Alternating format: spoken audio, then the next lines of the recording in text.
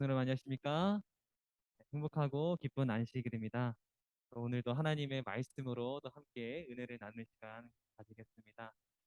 다 같이 우리 창세기 하나님 말씀 창세기 어, 11장 1절에서 9절에 있는 말씀을 다 같이 보도록 하겠습니다. 창세기 11장 1절에서 9절에 있는 말씀인데요. 홀수절은 제가 읽고 짝수절은 성도님들께서 읽어주시면 감사하겠습니다. 예, 다 찾으셨나요? 제가 1절 먼저 읽겠습니다. 온 땅의 언어가 하나요, 말이 하나였더라.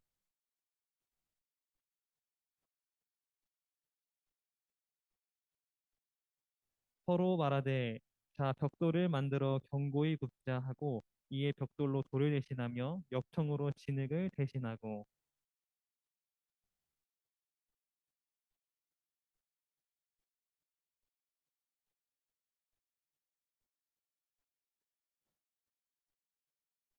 여호와께서 사람들이 건설하는 그 성읍과 탑을 보려고 내려오셨더라.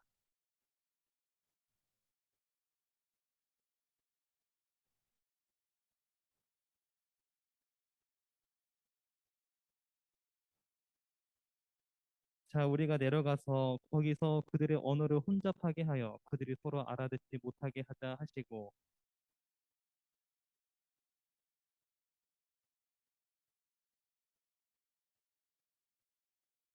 그러므로 그 이름을 바벨이라 하니 이는 여호와께서 거기서 온 땅의 언어를 혼잡하게 하셨음이니라. 여호와께서 거기서 그들을 온 지면에 흩으셨더라. 네, 감사합니다. 오늘 총 주제는 바벨이라고 하는 제목으로 함께 나누고자 합니다. 오늘 이 본 말씀 이야기는 너무나 잘 알고 있는 바벨 사건이죠. 먼저 우리 본 말씀 2절에 4절 보면 그들이 동방에 옮기다가 신할 평지에 가서 이제 뭐를 쌓습니까? 우리가 자는 뭘 쌓습니까? 네, 바벨 탑을 쌓죠, 그렇죠? 네, 바벨 탑 우리 알고 있는 바벨 탑을 쌓고 있는데 먼저 그들은 누구인가 한번 좀 살펴보도록 하겠습니다. 이 신할 평지는 어디냐면 여러분 그 모든 그 4대 문명이 어, 강 주변에서 일어나는데 첫 번째는 우리 이집트 문명, 나일강의 이집트 문명, 그리고 어, 인더스강의 인더스 문명, 그리고 황하강의 황하 문명, 그리고 유프라테스 강하고 티그리스 강이 흐르는 우리 메소포타미아 문명. 우리가 아마 이 4대 문명을 잘 아실 것입니다. 근데 그들이 동방에 신할 평야를 갔다는 것은 어디냐면 이 메소포타미아, 유프라테스 강에 있는 그 메소포타미아에 위치한 곳을 우리가 알 수 있습니다. 그 어쩌면 이 메소포타미아 문명의 시작이 바로 여기서부터 시작되는 것을 우리가 확인할 수 있습니다.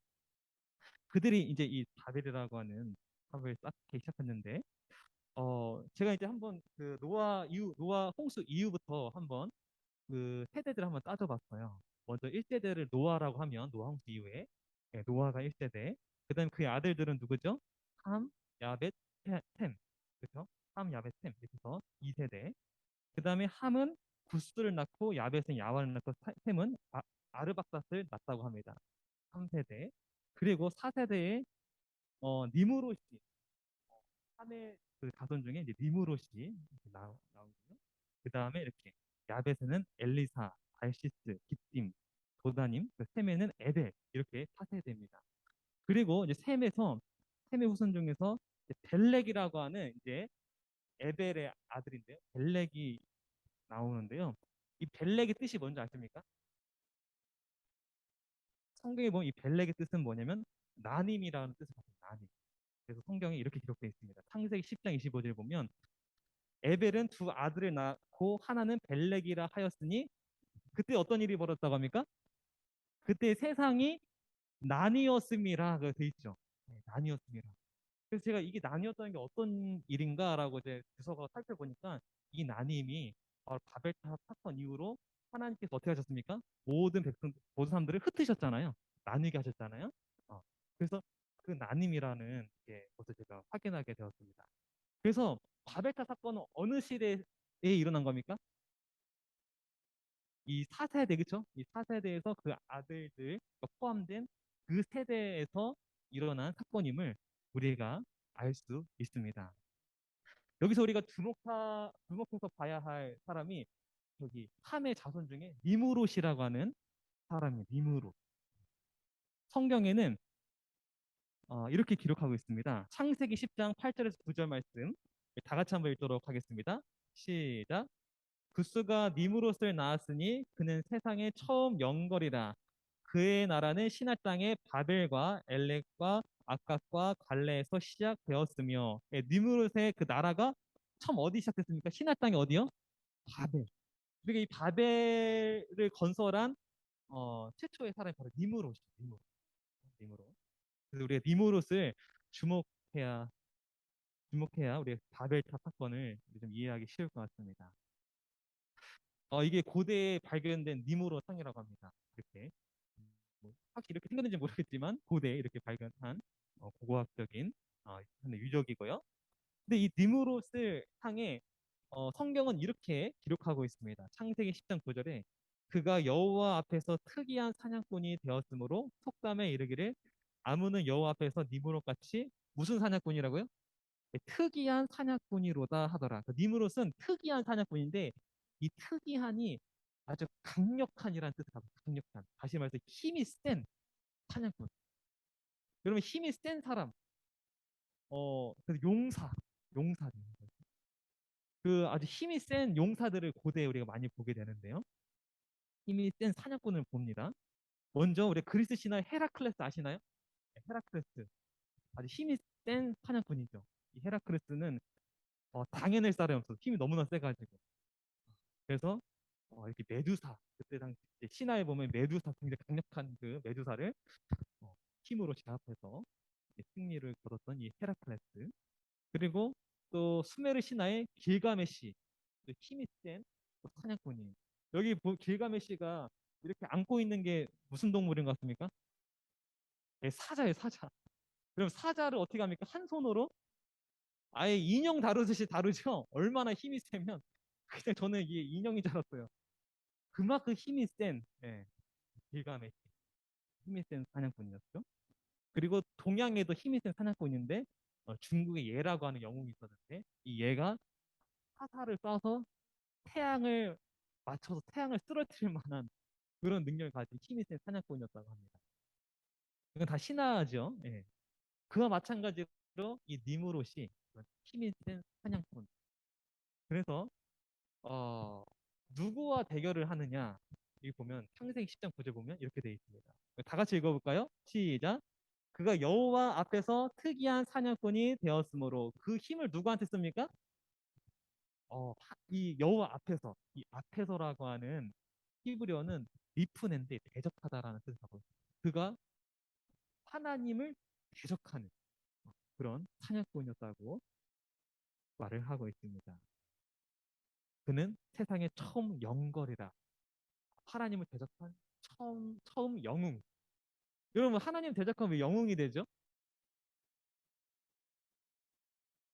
어, 여러분 혹시 그 엑스맨이라고 하는 영화 아시나요? 엑스맨? 정말 우리 학생들이 또 청년들 좋아하는 이 엑스맨. 아, 근데 이 제목이 엑스맨 아래 뭐라고 붙여져 있습니까? 아포칼립스.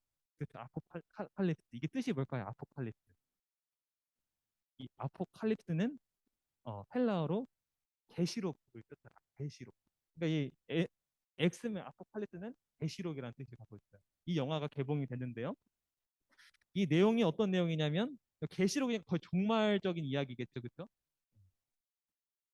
여기 이제 그 영화에 신이라고 자처하는 한 인물이 나타나가지고 뭐라고 말하냐면 더 나은 세상을 건설할 것이라고, 더 나은 새하늘과 새 땅을 건설할 거라고 이렇게 말을 합니다. 그러고 나서 세상을 이렇게 파괴를 합니다. 파괴를 해요. 그래서 이 자칭 신이라고 하는 이 존재를 막기 위해서 영웅들이 등장하죠. 엑스맨 영웅들이 등장을 합니다. 그래서 결국 이 영웅들이 그 신이라고 하는 그 존재를 물리치는 그런 내용인데요. 여러분 일반 사람들이 그 보면은 굉장히 멋있잖아요, 그렇죠? 이 세상을 파멸시키는 그 신으로부터 구원한 그죠? 영웅. 이 영화를 이렇게 보면 어쩌면 이렇게 오해할 수 있다는 생각이 들었어요. 그리고 예수님의 재림. 그리고 이 재림이 결국에는 뭘 가지고 옵니까? 이 세상에 종말을 가져오지 않습니까? 그러면 예수님의 재림이 좋은 소식이에요? 나쁜 소식입니까? 우리 하나님 믿는 사람 좋은 소식인데 하나님 믿지 않는 사람에게는 좋지 않은 소식이고 재림이 안 와야 돼요. 그리고 막아야 됩니까? 그렇죠? 막아야 되죠. 그러니까 이거를 막는 것이 영웅처럼 보일 수가 있는 것입니다. 그 당시에 하나님께서 노아 홍수로 인해 아주 노아 홍수의 결과들이 자연계에 드러나고 있었어요. 그러면 하나님이 노아 홍수 심판 베푼 그 하나님에 대해 사람들은 이 니무롯은 이렇게 말하기 시작한 것 같습니다. 그 세상을 심판한 대홍수를 일으킨 그 신은 포악하고 난폭하고 잔인한 신이라고 하면서 그 신을 맞서 싸우는 그리고 이 세상을 내가 구원할 거라고 내가 이 세상을 이 신으로부터 지킬 거라고 하는 대적하는 그 모습을 우리가 여기서 좀 보는 것 같습니다. 그래서 저는 세상의 처음 영걸이라 세상의 영웅 하나님 대적하면서 세상의 영웅이 된 사람입니다. 이 니무를 중심으로 이 바벨탑을 쌓게 되었습니다. 여러분 근데 여러분 우리가 사실 바벨탑이라고 알고 있는데 성경을 자세히 읽어보면 이렇게 적혀 있습니다. 창세기 11장 4절 말씀 다 같이 읽도록 하겠습니다. 시작. 성과 대를 쌓아 대 꼭대기를 하늘에 닿게 하여 우리 이름을 내고 온 지면에 흩어짐을 면하자. 뭐를 썼습니까? 성과 대를 썼어요. 여러분 우리 바벨탑이라고 알고 있는데 사실은 성과 대. 성은 뭐냐면 시티, 대는 타워예요. 그러니까 탑은 어디에 속합니까? 이 대에 속한 대. 우리는 바벨 탑만 이해하고 있는데 사실은 이 니무를 중심으로 이 바벨에서 이루어지고 있는 일은 탑만 건설하는 것이 아니라 뭘 건설하고 있는 겁니까? 시티, 성, 바벨 성을 건설하고 있는 제국을 건설하고 있는 거예요. 제국. 우리는 탑만 알고 있는 그게 아니라 그 탑은 그 제국의 상징이겠죠. 근데 여러분 하나님 보실 때 어떤 게 문제였을까요? 근본 문제가 된 것은 무엇일까요, 여러분? 성이 문제, 바벨 성을 쌓는 게 문제였을까요? 바벨 탑을 쌓는 게 문제였을까요? 어떻게 생각하십니까?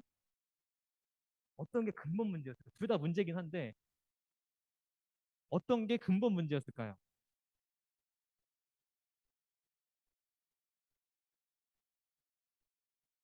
여호와께서 창세기 12장 5절 보면 여호와께서 인생들의 쌓는 성과 대를 보시려고 강림하셨다고 합니다. 그러면 이제 하나님께 내려오셨어요. 그리고 이들이 성과 대를 쌓는데 무엇이 멈췄는지 보면은 우리가 어떤 것이 근본적으로 문제였는지 우리가 알 수 있습니다. 보고 내려오셨는데 뭘 멈췄냐면 창세기 12장 8절 다 같이 읽겠습니다. 시작. 여호와께서 거기서 그들을 온 지면에서 흩으신 고로 성 쌓기를 그쳤다. 우리는 탑 쌓기를 그친 줄로 생각하는데 성경에는 뭐 쌓기를 그쳤다고요? 성 쌓는 거를. 그리고 그러므로 그 이름을 뭐라고 했습니까? 바벨이라고 했잖아요. 바벨. 그럼 그는 성을 가리킬까요? 탑을 가리킬까요? 그 이름이 그 성이 바벨일까요? 탑이 바벨일까요? 그리고 히브리어에는 단어마다 그 성이 있어요. 성이 있어요. 남성인지 여성인지 중성인지 이 성이 다 매겨져 있어요. 이렇게. 예를 들면은 예, 예를 들면 예루살렘 성은 남성일까요? 여성일까요? 남성일까요? 여성일까요? 예루살렘 성은 여성이에요. 여성. 그러니까 단어마다 다 성이 있어요. 근데 여러분 이 그 가리키는 이, 이 그가 뭐냐면 여성이거든요. 여성인데 이게 성이 여성인지 탑이 여성인지 그걸 알면 우리가 뭘 가리키는지 알 수 있어요. 근데 어 탑은 여러분 탑은 여성일까 남성일까요? 예, 탑은 남성이에요. 탑은 남성. 그리고 성은 여성이었어요. 그래서 그 이름을 바벨이라고 할 때는 그는 뭘 가리키냐면 탑을 가리키기보다 그 성을 가리켜요. 사실 그 성 안에 탑을 떠는 거예요. 사실. 그러니까 여러분 우리가 바벨 탑으로만 알고 있는데 그건 좁은 의미고 사실은 탑을 포함한 거대한 제국 성을 만들고 있었어요. 그래서 그 우리가 그 바벨 탑 사건이 아니라 우리는 바벨 성 사건이라고 사실은 말을 해야 합니다. 바벨 성 사건. 근데 이 바벨 성, 이 제국을 대제국을 만드는 나라를 만들려고 하는 이유가 무엇일까? 이유. 이 바벨의 정신은 무엇일까요? 이들을 어디로 이끌어 가는 걸까요? 성경은 이렇게 돼 있어. 바벨 정신. 성과 대를 쌓아 하늘 닿게 하고 그다음에 두 번째 우리의 이름을 내고 세 번째 온 지면에 흩어짐을 면하자. 여기 보면 세 가지를 알 수 있는 첫 번째는 성과 대를 쌓아 하늘까지 닿는다. 이건 하나님처럼 높아지는 거고요. 또 우리의 이름을 내고 이거는 인본주의. 그리고 온 지면에 흩어짐을 면하자. 이런 하나님께서는 사실은 다 흩어져서 생육하고 번성하라고 하셨어요. 그러니까 창조 질서를 어기는 거죠. 그렇죠? 하나님의 섭리를 어기고 파괴하는 거죠. 근데 여러분 이런 바벨의 이런 정신이 점점 시대가 마지막 시대에 가까우면 가까울수록 이 바벨 정신이 점점 드러난다는 것입니다. 제가 사실 깜짝깜짝 놀라요. 기사들을 보거나 새로운 소식을 들으면 깜짝깜짝 놀라는데 이 바벨 정신이 점점 커지는 것을 우리가 보게 됩니다. 하나 더 소개해드리면 그러면 호모 데우스라고 하는 책이 있어요. 그럼 혹시 이 사람 누군지 아십니까? 예, 유발 하랄이라고 하는 유명한 사람인데 이 사람이 호모 데우스라는 책을 썼는데 호모 데우스 이게 무슨 뜻일까? 호모 데우스. 앞으로 미래는 호모 데우스 시대가 된대요. 호모 데우스. 그럼 데우스, 데우스는 이거는 신이라는 뜻, 신. 호모는 사람의 인간. 그래서 이게 무슨 말이냐면 신의 되려는 인간의 호모 데우스. 그러니까 인간이 뭐가 된다는 거예요? 이제 신이 된다는 거예요. 신. 이제 미래는 그렇게 된다는 거예요. 그래서 그거를 뭐라고 부르냐면 신인류라고 부르요 신인류. 이제 앞으로 저 여러분이 사는 이 세상이 앞으로 몇십 년 흐르면 신인류가 되는 거예요. 신인류. 무슨 AI랑 인공지능이랑 생명공학이랑 이 모든 것들이 다이 탑답한 어디로 가는 신인류로 간다고 합니다. 신인류. 여러분 사실 우리 인간은 다 죽죠. 죽죠. 그 불멸이란 것은 누구의 영역입니까? 영생은 누구의 영역입니까? 그것은 신의 영역이잖아. 하나님 영역이잖아. 그런데 이제 감히 그 불멸까지 꿈꿀 수 있는 시대가 열린다. 놀랍지 않습니까? 그럼 어떻게 불멸이 될 수 있을까요? 그래서 여기 이치코프라고 하는 이 사람은 불멸 프로젝트를 만들고 있어요. 불멸 프로젝트. 2045년에 그게 일어난 거라고 지금 만들고 있는데 이게 여러분 우리의 이런 내 생각하고 기억하고 이 모든 것들 있잖아요. 이거를 다 디지털화 시켜가지고 다 디지털화 시켜가지고 인공지능에 집어넣는 거예요. 그러면 나의 기억과 나의 모든 것이 살아있잖아요. 그렇죠? 살아있으니까 불멸의 존재가 된다고 하는 그런 의미를 갖고 있어요. 여러분 영화 중에 아바타라고 하는 영화 혹시 아주 옛날에 나온 영화인데 이게 어떤 영화인지 아시나요? 네. 여기 왼쪽에 보면 남자 주인공이 다리가 어, 그 다리가 이렇게 다리 장애를 갖고 있어요. 움직일 수가 없어요. 근데 이 사람이 어, 이렇게 어떤 이 장치에 들어가서 뇌랑 연결시키면 생각으로 뭘 움직이냐면 오른쪽에 있는 이 다른 생명체를 움직여요. 생각으로. 그러니까 아바타. 다른 물체를 움직이는 거예요. 내 생각으로만. 근데 이게 옛날에 이게 그냥 상상으로만 이루어졌던 이런 일이 지금 현실화가 좀 되고 있어요. 현실화가. 그래서 아까 봤던 그 이치코프라는 그 프로젝트에서 뭘 하고 있냐면 이 사람 사지마비 환자인데 에릭 포르토라고 하는 사지마비 환자가 뇌로 컴퓨터 연결해가지고 생각으로만 지금 이 로봇 손을 다 움직이는 거예요. 그래서 로봇 손에게 생각을 해가지고 이 음료수를 나한테 가지고 하면은 로봇을 가져가지고 이렇게 해가지고 이렇게 마시는 거예요. 생각으로만. 놀랍죠? 이런 시대가 일어나고 있는 거예요. 그리고 사지마비 청년이 로봇 옷을 입고 걷다. 뭐로 작동해요? 생각으로. 뇌파. 지금 이런 일이 벌어지고 있는데 이런 걸 연계해가지고 지금 어떻게 하고 있냐면 그 불멸 프로젝트가 뭐냐면 인간의 두뇌 속 비밀을 풀어 그 데이터를 로봇에 이전시키는 거예요. 모든 기억과 생각과 그 모든 걸 이전시키는데 거기서 그치는 것이 아니라 여기 보면 불로 장세 프로젝트는 몸만 움직이는 불완전한 개념 그 이상이다. 그는 자신의 계획을 인격 이전이라고 부른다. 단순히 단순한 행동이나 정신 세계뿐 아니라 한 인격, 취향과 습관 등 인격을 온전히 옮겨 로봇으로부터 몸만을 빌린 완벽한 인간 수명 연장을 목표로 한다. 그 저희 인격이 아예 디지털화돼서 옮겨지는 그런 지금 프로젝트가 일어나고 있는데 이 측은 이거를 신인류라고 말한다. 인간이 신이 된다라고 이제 불멸할 수 있다. 그래서 이 프로젝트에 2020년까지는 복제 로봇을 만들고 2025년까지는 이 사람의 뇌를 아바타 이식하고 35년까지는 죽기 직전 사람의 인격을 인공 두뇌 이식하고 그다음에 2045년에는 홀로그램 아바타를 해서 움직일 수 있게 지금 이렇게 이미 계획이 돼 있어서 2045년에는 이런 것들을 볼 수 있게 된다고 합니다. 그러면 정말 이거 하나님의 창조 질서와 이 모든 하나님의 영역을 역행하는 거죠. 사실은. 이게 어떻게 보면 반하는 거죠. 그럼 이런 시대가 정말 열린다는 거예요. 이제. 그리고 이 바벨의 정신이 이런 거예요. 인본주의. 그러니까 이 바벨론의 그 왕 느부갓네살이 했던 말인데요. 다니엘 4장 28절 30절 말씀 다 같이 읽도록 하겠습니다. 시작. 이 모든 일이 다 나 느부갓네살 왕에게 임하였느니라. 12달이 지난 후에 내가 바벨론 왕국 지붕에서 거닐세 나 왕이 말하 이르되 이 큰 바벨론은 내가 능력과 권세로 건설하여 나의 노성으로 삼고 이것으로 내 위엄의 영광을 나타낸 것이 아니냐 하였더니 이 바벨론 정신의 가장 핵심도 나야. 나 중심. 다른 사람 중심이 아니라 나 중심적.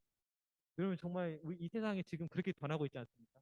타인 중심이 아니라 나 중심, 개인주의, 나 위주로 이렇게 됩니다. 여러분 이런 제국을 아, 니무롯과 그 중심, 그 바벨론 성을 쌓으면서 이런 제국을 만들려 했습니다. 그러나 여러분 우리가 기억해야 될 것이 있습니다. 성경에 이 바벨론은 반드시 멸망한다는 것입니다, 여러분. 그래서 하나님께서 이 땅에 이 바벨성을 쌓는 거 보시고 어떻게 했습니까? 다 흩으셨죠? 그리고 계시록에 보면 나중에 마지막에 이제 상징하는 강력한 한 통치가 나타나서 일승의 표를 주게 하는 그런 일들이 있다고 하지 않습니까?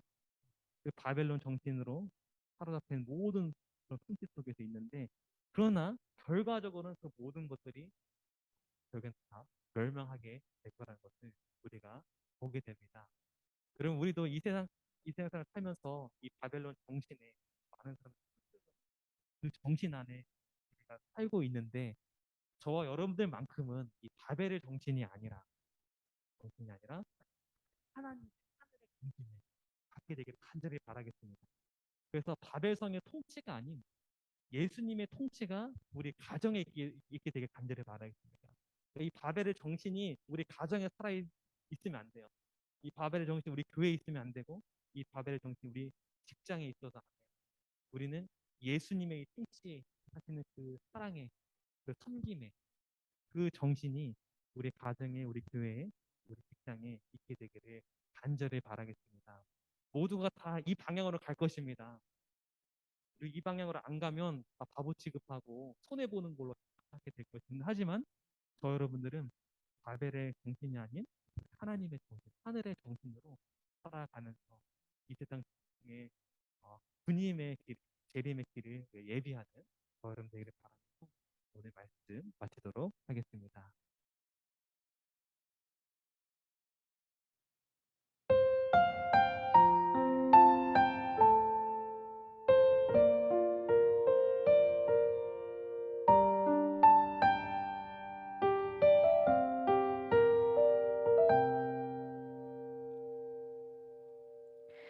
슬픔 속에서도 울지 않는 것, 억울해서 울지 않는 것, 걱정할 수밖에 없는 상황 속에도 걱정하지 않는 것, 사랑할 수 없는 사람조차도 사랑하며 품어주는 것, 용서할 수 없는 사람일지라도 용서하여 주는 것, 어떠한 자기 주장도 버리고 오직 모든 것을 주님 뜻에 맡기며 내가 강한 것이 아니라 주가 강함을 보여줌이 진정한 겸손, 참을 수 없어도 화내지 않고 끝까지 인내하는 것, 감사할 수 없는 그런 조건에서도 감사하며 사는 것, 칭찬이나 비난 가운데서도 침묵하며 살아가는 것, 말씀 순종하기 어려울지라도 믿음으로 순종하는 것, 어떠한 자기 주장도 버리고 오직 모든 것을 주님 뜻에 맡기며 내가 강한 것이 아니라 주가 강함을 보여줌이 진정한 겸손, 겸손은 겉사람이 드러나지 않고 속사람이 드러나는 것, 하나님과 가장 가까운 사람이 바로 겸손한 사람,